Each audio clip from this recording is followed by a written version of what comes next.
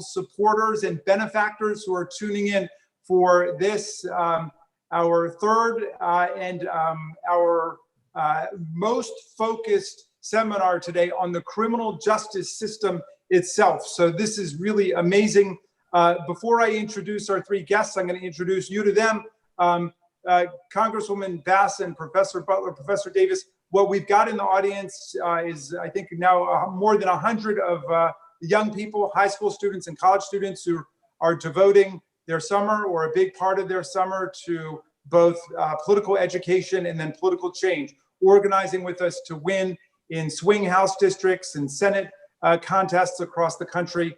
So we've got some very devoted and engaged young people, which is the next generation of organizers and leaders. So that's who's in the audience. But what we're bringing to you today is a discussion about reform of policing in America and reform of the criminal justice system. And we have literally the best people that could be found in the United States. The first guest is my wonderful colleague, Karen Bass from the 37th District of California. She is the chairwoman of the Congressional Black Caucus, and she is the lead sponsor. I'm proud to be one of her co-sponsors, but the lead sponsor, the lead drafter, and the architect of the George Floyd Justice and Policing Act, which passed in Congress now 3 weeks ago, which we are struggling to get through the Senate and to get enacted this year. And Congresswoman Bass has done a remarkable job in that capacity. She's joined also today by Professor Paul Butler from Georgetown University Law Center. Professor Butler is an expert on the criminal justice system. He was an assistant U.S. attorney with the Department of Justice in the District of Columbia. He's the author of several important books, including most recently, Chokehold, Policing Black Men. You will see all over in the media because he's willing to do it, and everybody wants to hear him opine, and we need him to come and testify in Congress frequently, and he comes and he testifies for us, including on the George Floyd Act. And finally, last but certainly not least, is my beloved close friend, Angela Davis from American University's Washington College of Law. We've served together for decades as law professors. She also is a leading luminous scholar of the criminal justice system, has written several important books, including one recently called Policing the Black Man, Arrest, Prosecution, and Imprisonment, and also a path-breaking book on the prosecutorial function called Arbitrate Justice, the Power of the American Prosecutor. So these are the three people that we've got before you. I'm not going to go into more detail on their biographies. I want to kick it over immediately to Congresswoman Bass, and I want to ask you sort of a two-part question, Congresswoman. One is, explain to the young people assembled here and explain the legislative process that you went through to take all of the ideas, all of the anxiety and the anger and the outrage and the passion following the brutal murder of George Floyd, and then all of the attention given to other similar police killings of civilians.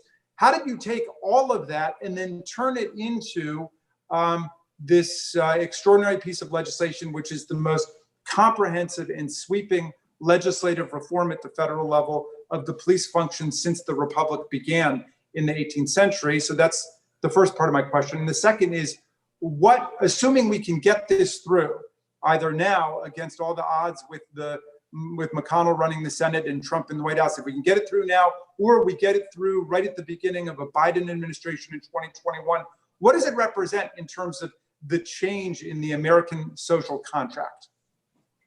Absolutely. Well, first of all, thank you for inviting me, and just congratulations on the work that you do. I believe that there is nothing more important for us to do than to focus on supporting, training, and providing opportunities for the next generation. Because if you are committed to social and economic justice, you understand it's a relay race, and we're always looking to the next generation to pass that baton off to. And I want you to know that Professor Representative Raskin and I serve on Judiciary Committee, and one of the delights of the committee is every time he speaks. I didn't go to law school, but I told him that if he could be my professor, I'd go to law school. Because we all delight in his history and his presentations. So thank you for the invitation. So to your questions, you know, I've been working on this issue for many, many years. As a matter of fact, when I went to George Floyd's memorial service and I looked up and I realized the year he was born, that was the year I first became involved on this particular issue. That was 47 years ago. Wow. And I remember that, and we had an organization in Los Angeles called the Coalition Against Police Abuse. And I remember we fought for so many years against abuse and killings, and no one would believe us. And then when Rodney King was beat, we said, it's on video, for sure people will believe. And then the cell phone cameras were created. And killing after killing, beating after beating, nothing happened. But that murder was so egregious, and it took place over such a long period of time, 8 minutes, that it became a catalyst for a new phase of a movement, but it also provided the type of pressure we needed to bring forth legislation. And as Representative Raskin said, we pulled a bill together, but there's not a lot new in that bill. In fact, members of the Congressional Black Caucus had been working on pieces that compose the George Floyd Justice and Policing Act for a very long time. We wanted to have a bill that was narrowly focused on police, not systemic racism, not all of the resources that are needed in communities, but on the specific issue of policing.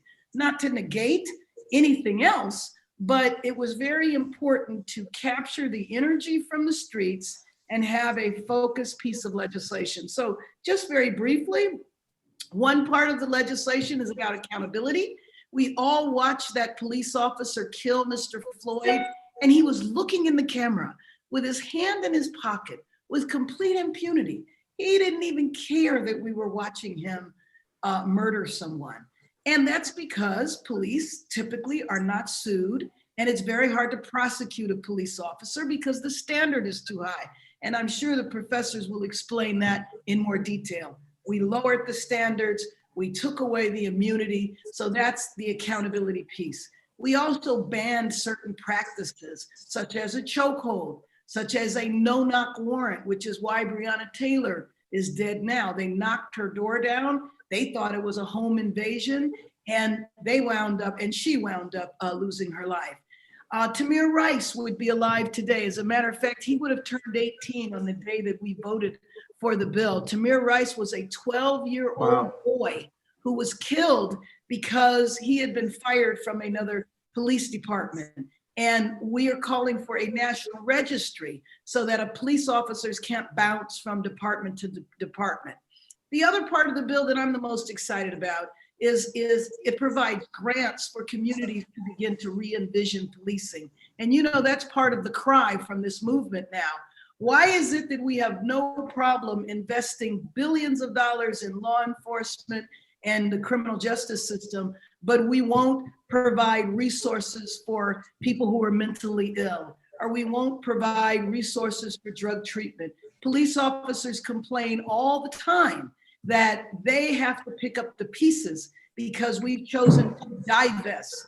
So I am pushing for refunding our communities with the social safety net that was shredded. And so those are some pieces of the bill. One last piece, we want police departments to be accredited. Why is it that your beautician has to be accredited, but the person that provides protection, supposedly, depending on what part of town you live in, does not need to be accredited? So raising the standard. So those are some pieces. If we are able to get it passed now, if we're able to get it passed later, one of the main things we're trying to do is impact the culture of policing. And we feel that this is a beginning. This is not an end. This is not an end all. But we think that this will make a significant difference when the George Floyd Justice and Policing Act is finally signed by a president. Well, that's wonderful. And I should tell the Democracy Summer Fellows, in case they haven't noticed it this week, that there is more than a boomlet. There's a boom of interest in Karen Bass being the running mate for Joe Biden on the Democratic ticket. You even have conservative columnists like George Will who are writing columns saying the perfect candidate to be running mate is Karen Bass. So you guys check that out and you can see why she has an utterly winning and charismatic style and a way of making everything plain for everybody to understand. So Karen, thank you for your amazing leadership during this time. So we'll come now to Professor Butler to put it in some historical context and to tell us what do you think this moment represents, and how likely do you feel it is that we're actually going to make a big stride forward at this moment? So thank you, Congressman, and good afternoon to all the fellows. I wish that we could all be together on Capitol Hill. I had the honor of going to Capitol Hill last month. There's an old movie, Mr. Smith Goes to Washington. So this is Professor Butler, who got to go to Congress thanks to the chairman of the House Judiciary Committee and thanks to Congresswoman Bass and Congressman Raskin. I had the opportunity to testify about the George Floyd Justice and Policing Act. Man, what would you say if you had 5 minutes to address the Congress of the United States? What I wanted to say is that there has never, not for one moment in American history, been peace between Black people and the police. And nothing since slavery has sparked the level of outrage as when people feel under violent attack by the officers who are supposed to protect and serve us. So you've studied American history, and so you know that for the most part, African Americans have used traditional civil rights tactics to protest. We've brought court cases, we've peacefully marched, but the times that Black people have set aside that traditional protest and instead taking to rising up in the streets, attacking symbols of the state, all of those times have been because of something that the police have done. So remember your history. Remember Ferguson. Remember Watts in 65, Newark in 67, Miami 1980, LA 1992, Baltimore 2016, Minneapolis in 2020, Atlanta in 2020. All of those cities went up in flames because the police had killed another Black person. Unlawful violence is never acceptable. It's not acceptable as a misguided approach by a few or as an abuse of the power and trust we place in law enforcement officers. What I've learned in my work as a scholar, my experience as a prosecutor, in my life as an African-American man, is that the main problem is not bad apple cops.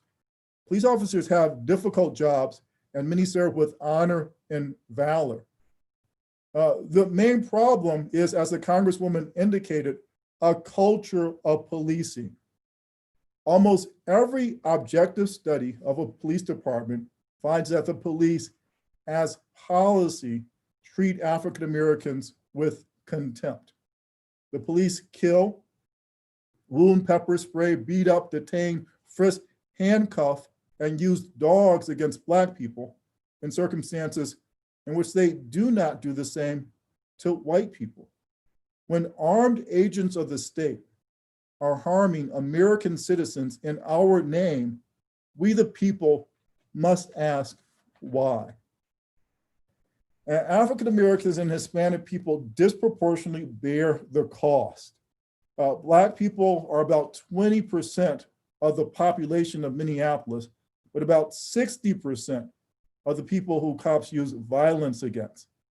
When officers are handing out traffic tickets, African Americans get hit or have guns pointed at us or getting threatened by the cops 3 times more frequently than white people. We're talking about traffic tickets. About 90% of people who were stopped and frisked in New York City were Black and Hispanic, even though police were more likely to find contraband on white people who were searched. The result is that there are more Black people in the criminal legal process today than there were slaves in 1850. When I mentioned to a young man who I mentor that if he attended protest about the killing of George Floyd, he should wear a mask and he should practice social distancing, he said he certainly would try. But he wanted me to know that as a young Black man, he has a greater risk of dying from police violence than from the coronavirus. According to the National Academy of Science, 1 in 1,000 African-American men and boys will be killed by the police. 1 in 1,000. What African-Americans need to realize equal justice under the law is for selective enforcement and police brutality to end. We need the police to stop killing us, to stop beating us up, to stop arresting us in situations in which they would not do that to white folks. And the George Floyd Justice and Policing Act of 2020 is just common sense reform. So the act removes some of the barriers that makes it extremely difficult to bring criminal police officers to justice. Of the approximately 100 to 150 officers who've been charged with murder for using deadly force in the line of duty, fewer than 10 have been convicted. The majority of police officers who are charged with murder have walked. The charges have been dismissed by a judge or they've been found not guilty by a jury. So the Justice Act of 2020 provides grants for states to create independent investigations of cops for misconduct or excessive use of force, not investigations by the same prosecutors who officers work with every day. And the act also reduces some of the barriers that have prevented federal prosecutors from charging officers. And importantly, just one other point about the act, it requires cops to be trained on understanding racial bias. In Minneapolis, as 3 officers crushed the life out of George Floyd and a 4th officer acted as a lookout, somebody in the crowd said to the cops, "He's human, bro." But those 4 officers did not treat Mr. Floyd like a human being. Too often, police work seems to enforce the dehumanization of people of color. Understanding the history and reality of racism in the United States will make the men and women in blue more effective officers. So in the end, it sounds like we're talking, and we are talking about policing. The other thing we're talking about is the legitimacy and sustainability of our democracy. No justice, no threat, no justice, no peace is not a threat. It is simply a description of how the world works. So we've seen a multi-generational, multi-racial demonstrations that have risen up all over the United States. They reflect the wonderful diversity of our great nation and the potential of ordinary citizens, people like the fellows, to make our country live up to its highest ideals. The Justice and Policing Act of 2020 is about the urgency of transformation and the promise for all Americans of equal justice under the law.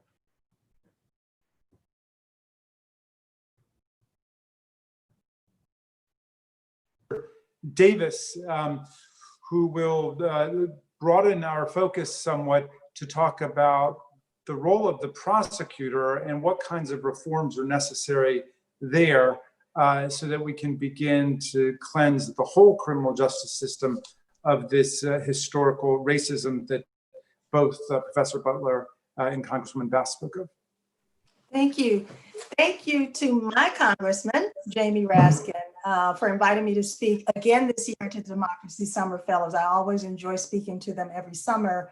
Thank you, Jamie, for all you do, not just for my district, but for the entire nation. I'm really honored to be here with you and with Congresswoman Karen Bass, who, like you, has just been a champion of justice and working to restore and preserve our democracy. And of course, my dear friend, Paul Butler, who has been speaking out in such an important voice on these issues for years, not only teaching his students at Georgetown, but teaching the nation. So thank you all for allowing me to join you today. And yes, I do want to focus on the role of prosecutors. They are the most powerful officials in our criminal justice system. Of course, we must focus on police officers for all of the reasons that have been mentioned already by my fellow panelists, who use their power and discretion on the street to stop and frisk and racially profile individuals and abuse those powers, often leading to the horrible violence that's resulted in the tragic killings that we've been talking about today. So we do have to transform and totally reimagine the entire police function, and the bill is such an important step towards doing that. But we also need to focus on prosecutors, right? Because they really control our criminal justice system through their charging and plea bargaining decisions. We have this horrible mass incarceration problem and horrible racial disparities that Paul just talked about, and prosecutors play a huge role in that. Cops have the power to arrest people and bring them to the courthouse door, but it's the prosecutor who decides whether they stay there, because they have the power to decide whether a person's charged and what they're charged with. And ironically, we've been talking about how they haven't been charging police officers, but when it comes to Black and brown people and poor people, they have no problem charging, because actually you wouldn't know this based on how they failed to prosecute cops, but it's actually very easy for state and local prosecutors to charge. So, Representative Bass is right. That law needs to be changed with regard to federal prosecutors being able to federally charge these cops. But most of what happens in the criminal justice world happens on the state and local level. About 90% of all cases are handled, criminal cases are handled on the state and local level. And there are thousands, about 2,300, 2,500 local state and local elected prosecutors. And it's actually really easy for them to bring charges. The standard is probable cause, more likely than not. So it's very easy for them to bring charges. They tend to pile on and overcharge people, so that gives them an advantage at the plea bargaining stage, people being compelled to take pleas. And so there's not a problem with them charging. And oftentimes they do it, again, disproportionately against Black and brown people, right? Because they have that discretion, they make the decision behind closed doors. One person might get their case dropped, another person might get charged, and oftentimes those disparities break down along class and race lines, leading us to the horrible, unwarranted racial disparities that Paul described earlier. So not a problem with state and local prosecutors charging, right? They overcharge, except when it comes to police officers, right? When it comes to police officers, the script is flipped, because as Paul pointed out, prosecutors rarely charge police officers when they kill Black and brown men and women, boys and girls, even when not only there's probable cause, but even when there's overwhelming evidence of their guilt, right? So in these cases where we have, video footage, we don't have probable cause that these cops committed murder. We got proof beyond a reasonable doubt, right?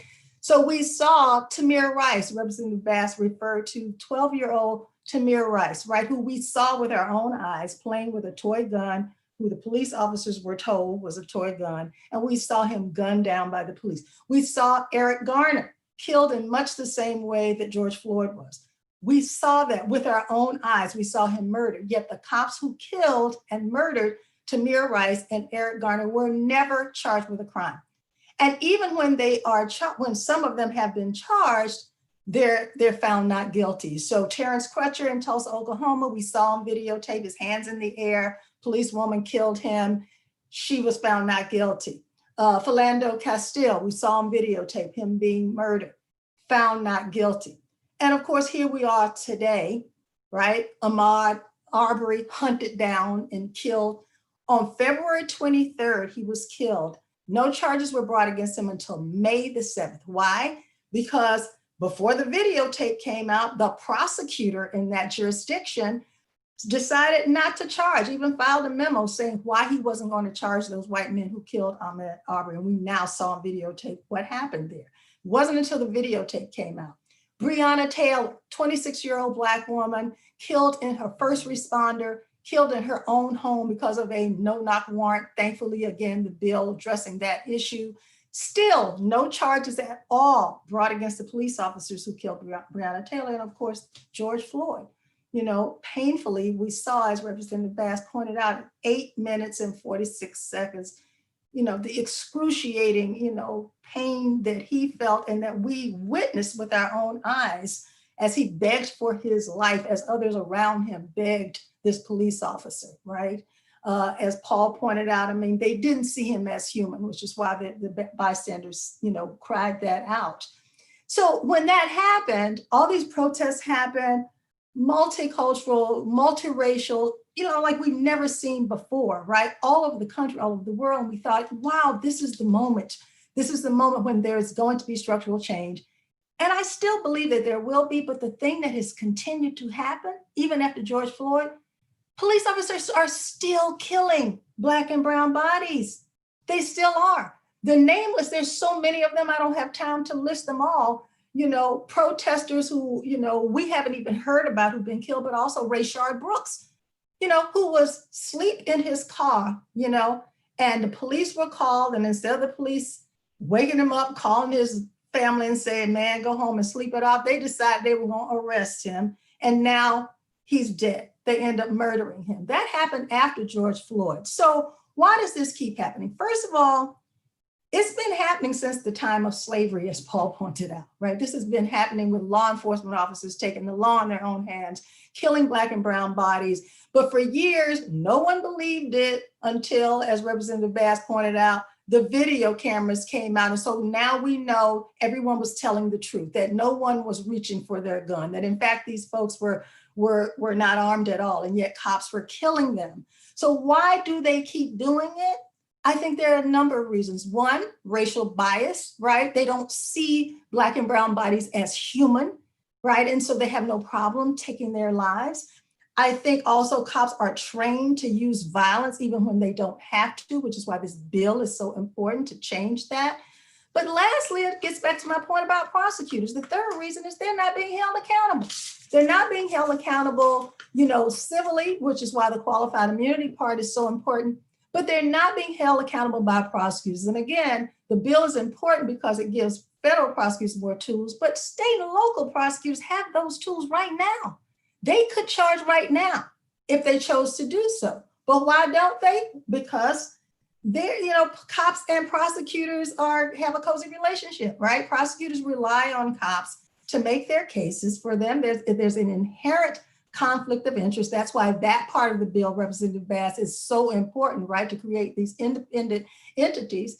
We've got police unions who are donating to the elected prosecutor's campaign. So of course there's a conflict of interest. Of course they're not going to want to prosecute them.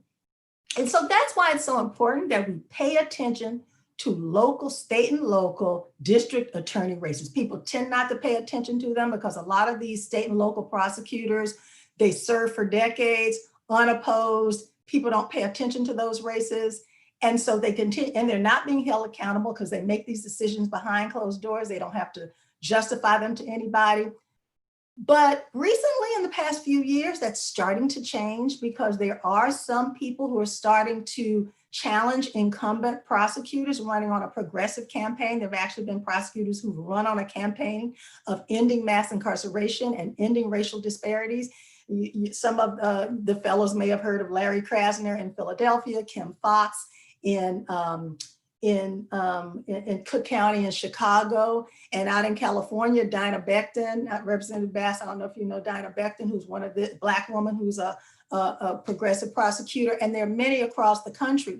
They're starting to emerge. So I would just urge people to pay attention to state and local prosecutor races, to challenge the incumbents, to ask them what they're doing about mass incarceration, what they're doing about racial disparities, and why they're not holding police officers accountable for their abuse of power.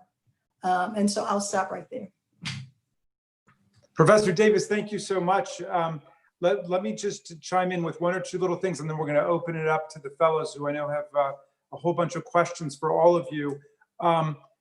But one of the shocking things that we've seen is continued police brutality at a number of the protests across the country against nonviolent groups of protesters. And of course, we saw the exact same thing with Attorney General Barr and President Trump, who assembled a federal paramilitary force with undesignated, unmarked officers who unleashed tear gas, pepper spray, and rubber bullets on nonviolent protesters in Lafayette Square, including a whole bunch of my constituents who were down there protesting. Unfortunately, that's not the aberration. We've been seeing this all over the country.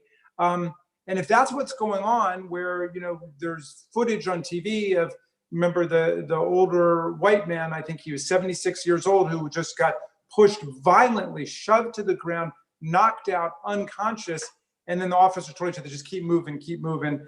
And you know, we had a hearing in the subcommittee, Congresswoman Bass, the subcommittee of oversight on civil rights and civil liberties, about these attacks on First Amendment protesters and on journalists. And we had an African-American woman from Georgia who lost an eye, from Florida, who lost an eye to a rubber bullet. And we had a white journalist who lost an eye to a rubber bullet. In Minneapolis, we know of at least 9 protesters or journalists who were shot in the eye with rubber bullets. There are lots of people being injured permanently, irrevocably, in these protests who are not engaged in any kind of rioting or looting, as the president would say. So I think that just underscores the depth of the problem of the culture of policing and the militarization of policing. I'm so happy that Representative Bass included a demilitarization of the police,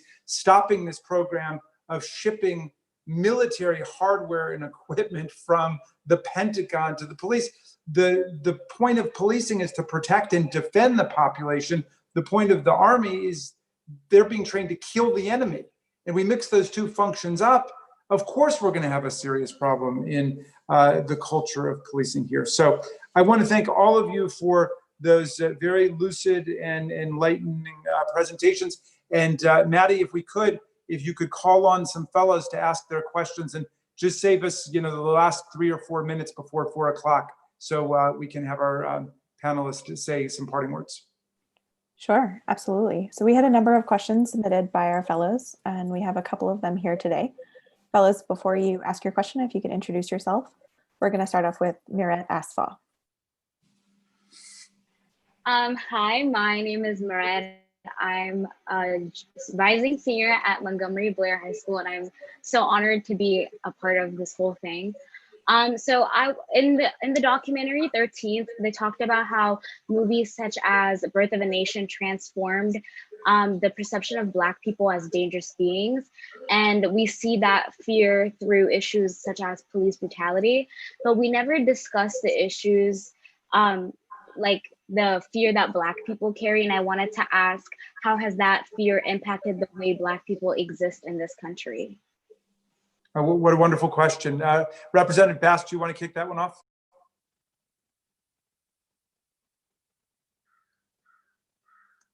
It's wonderful to get a question from you. I love the fact that you are a rising senior at high school. You're never too young to be an activist, so that's great. And I think your question was, how do you manage with the fear? You know, and it is fear. And by the way, I mean, we always talk about the talk that parents have with their sons, but parents have that talk with their daughters too. And I think sometimes that is not mentioned.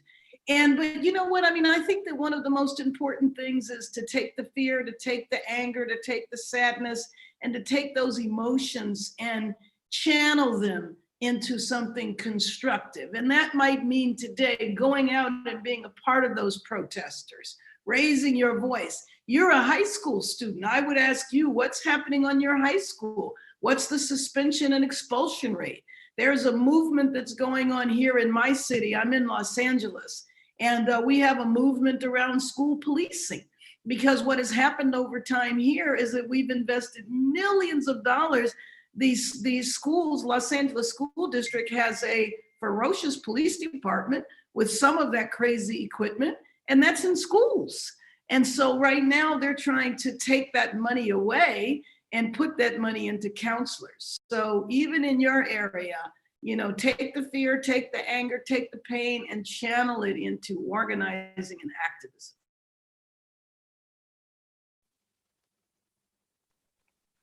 Do you have anything you want to add? You got to unmute. Okay. Okay. Thank you. You're welcome. Thanks so much. I don't know if anybody else wanted to say anything, Professor Davis. Nope. Okay, next question. Maddie, you want to go to the next question? Yeah, so our next question is from Allie Firestone. Hi, my name is Allie. I'm a rising sophomore at Bard College at Simon's Rock. And just first of all, thank you so much to Congresswoman Bass and Professor Butler and Professor Davis for taking the time to speak with us today and for your insights. And of course, thank you to Congressman Raskin for this incredible education opportunity. So my question to you all is, doing this important work to see reform in social, political, economic, and other fields can be gratifying when that hard work sees results, but how can early onset burnout and disillusionment be prevented and passion and energy sustained when the work is disappointing or does not act as quickly as we would hope? Oh, what a beautiful question. And Professor Bass, you've been working on this for decades in Los Angeles, which has been the site of so many of these crimes against the people and so many controversies. How do you're somebody who always maintains such a cheerful, optimistic outlook. How do you prevent burnout? Tell these young activists.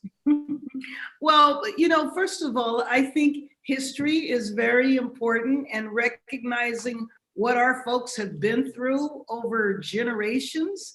And, every now and then you do need to take a break.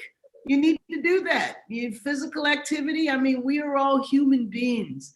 But I think more times than not, we don't take a step back and look at what we've won. We never do that. And so let me just say, in less than 60 days, this movement that has happened since George Floyd's murder has had a transformative impact. We're fighting for federal legislation, but states have changed, local governments have changed. I just mentioned about policing in my school district, that no one was thinking about that before. And in all the years that I've worked on this issue, you watch the polls change, because usually after a murder, you poll Black people, they say one thing about police. You poll white people, they say the opposite. This time, 70% of people, period, are saying there's a problem.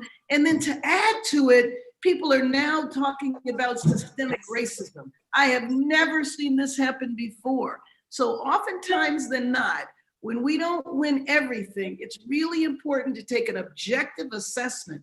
This movement has already had tremendous accomplishments. Professor Raskin and I, we got a bill passed with all of the Democrats. Jamie, that wouldn't have happened before. It's incredible. I mean, incredible. We got Republicans to vote for us. So take a step back and say, what have you accomplished? Take a break if you need to. Yes. And continue on like your ancestors and the generations that came before you did. Did anybody else want to add anything on this? Yeah, I do. It's such a great question. I agree with everything Representative Bass said. Taking a break is incredibly important for your mental health, for sure. But I thought of a quote that Sherilyn Ifill, the Director Counsel of the NAACP Legal Defense Fund, said when she was on 60 Minutes. She said, I don't know of anything in the history of Black people in this country which it ended with, and then they gave up. So it was just sort of a reminder of like how we fight on. Like I grew up in the segregated South, back, and I remember white and colored, signs. I lived through that. So if anybody should feel tired and ready to give up, it's me, but I don't. And one of the things that's interesting, you can't do it now because of the pandemic. Like whenever I feel like, okay, things are just too hard, I want to give up. I used to go down to the National Museum of African American History and Culture and go down to that basement. And I'm like, my people went through this, then yeah, no, I can keep fighting, right? So. Paul, did you want to add anything? Cool. Well, it is true. I love what Representative Bass said right at the beginning too, which is This is not a solo exercise. If it were all on you, you could burn out, but it's not all on you. This is a collective effort. So take the weekend off, and then next weekend, somebody else will take the weekend off. So take care of yourself, but keep fighting. Okay, Maddie, next one. Absolutely. Next up is Yenny. Hi, my name is Yenny. I'm an incoming freshman at Towson University. And so my question, it focuses on prosecutors. And so as Professor Angela Davis talked a little earlier, prosecutors have a lot of power within our justice system on deciding whether or not to charge someone, what they're going to charge them with, whether or not they give them a plea deal, et cetera, et cetera. My question surrounds on the diversity within prosecutors. If we had more minority representation within prosecutors, do you think that would create a change within the justice system? And if it can, how can we get more minority people to become prosecutors? Yes. So I think that's a great question, Yenny. One that's been talked about a lot. And it is absolutely incredibly important that we have more people of color running for district attorney and state's attorney across this country for all the reasons that we know diversity is important. And in many, I would like to think most instances, people of color who've lived through these issues would have a greater empathy and understanding. But that is definitely, getting more Black and brown people is definitely not the answer, because there are Black and brown chief prosecutors out there who are locking up more Black people and brown people left and right. And I'm sorry to say, Representative Bass, and I'm going to go on and call it out. There's a Black woman, Jackie Lacey, who is the district attorney for Los Angeles, and she's running against George Gascon, who is, people think he's white, but he's actually Latino. And I'm urging everybody to vote the Black woman out, because she's locking up Black people seeking the death penalty. Same thing happened in Philadelphia. You know, Larry Krasner is a white man, but he was supported by the Black Lives Matter movement over people of color who were running against him, because it's about what he does, right? He was about, you know, supporting people of color, and he's about, you know, doing the right thing. And so it's important that we get more Black and brown people, but it's not the answer that's going to solve it. It's not what you look like necessarily, it's what you say. I mean, just look at the Supreme Court, for example, right? The only Black person in there is bringing Black people down more than anybody else. So, or at least as much. So thank you for your question. It's a really important one. I know Professor Butler has written and spoken eloquently about this whole issue. Paul, if you've got something to add here. No, I think Professor Davis expressed it perfectly. You know, this also comes up with regard to police officers. I think that diversity, having law enforcement officials who look like the communities they serve and protect, is essential. It's what we call a necessary condition, but it doesn't satisfy, as Professor Davis said, all of the requirements. So it's not just a question of whether you are African American or Latinx or Asian American or Native. It's also a question of whether you value equal justice under the law. Much for that, both of you. So yes, Maddie, let's go to the next. Yes, our next question is from Kayla. Hi, I'm Kayla, and I'm a rising senior at Walt Whitman High School. And I want to first say thank you so much to Professor Davis, Professor Butler, and Representative Bass for being here with us. And my question is, how can we effectively create a new social contract while there's still so many people in America who believe that the original one has not yet been broken? You mean that there's nothing wrong with the original one, that it's not? Yeah. So what about that? But the times they are changing, aren't they, Congresswoman Bass? I mean, have you not been amazed at how quickly public opinion has shifted on this? Absolutely, absolutely. But you know what? I think that's the job of elected officials. That's the job of activists, is to do that political education with the public so that people understand. One of the things we suffer from in our country is we don't know our own history.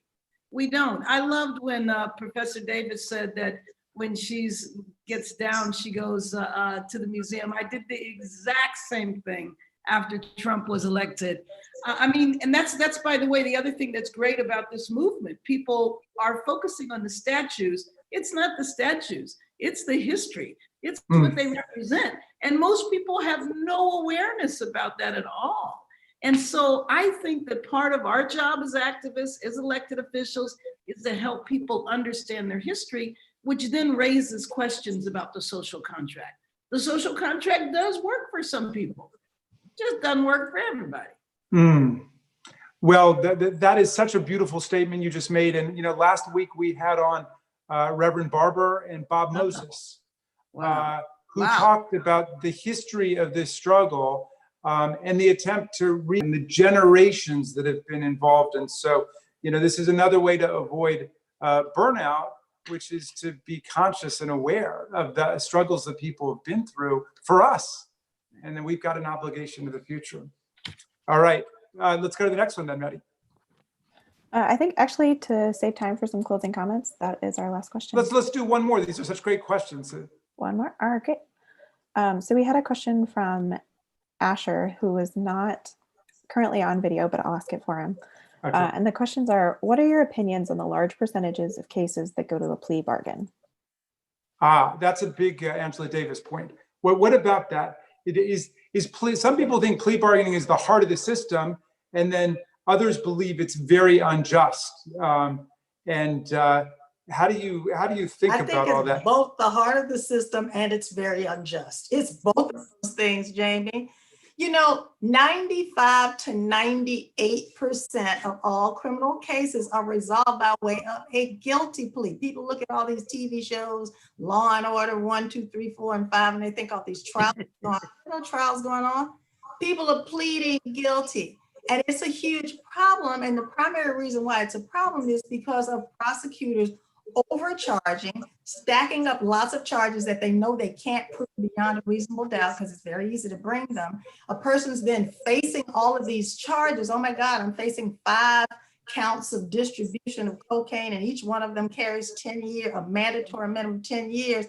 I'm not guilty, but I'm afraid to go to trial because if I go to trial, it's risky business. I never know what a jury will do. So the prosecutor comes and says, okay, if you plead guilty to one of these 10-year mandatory minimums, I'll dismiss the other 4. Well, 10 years is way too long to go to prison, whether you did that or not for nonviolent offense. So this is what's passing as justice in our world today. I don't have time to talk about all the things I think should happen in order for that to happen, but prosecutors need to turn over their files entirely so that people know the evidence against them, which now they're not even required to do before a guilty plea, which is outrageous. And so that needs to change. Prosecutors need to stop overcharging, right, in the first place. That would be one start. And then be fair in the way they negotiate with plea bargaining. And that means bringing in good people as prosecutors who are going to implement those changes, getting back to democracy, getting people in there who are going to use that power and discretion in ways that are going to fix this problem. So Professor Davis was the chief of the Public Defender Service in Washington, D.C. And for as long as I've known her, she has been focused on this problem of the prosecutor.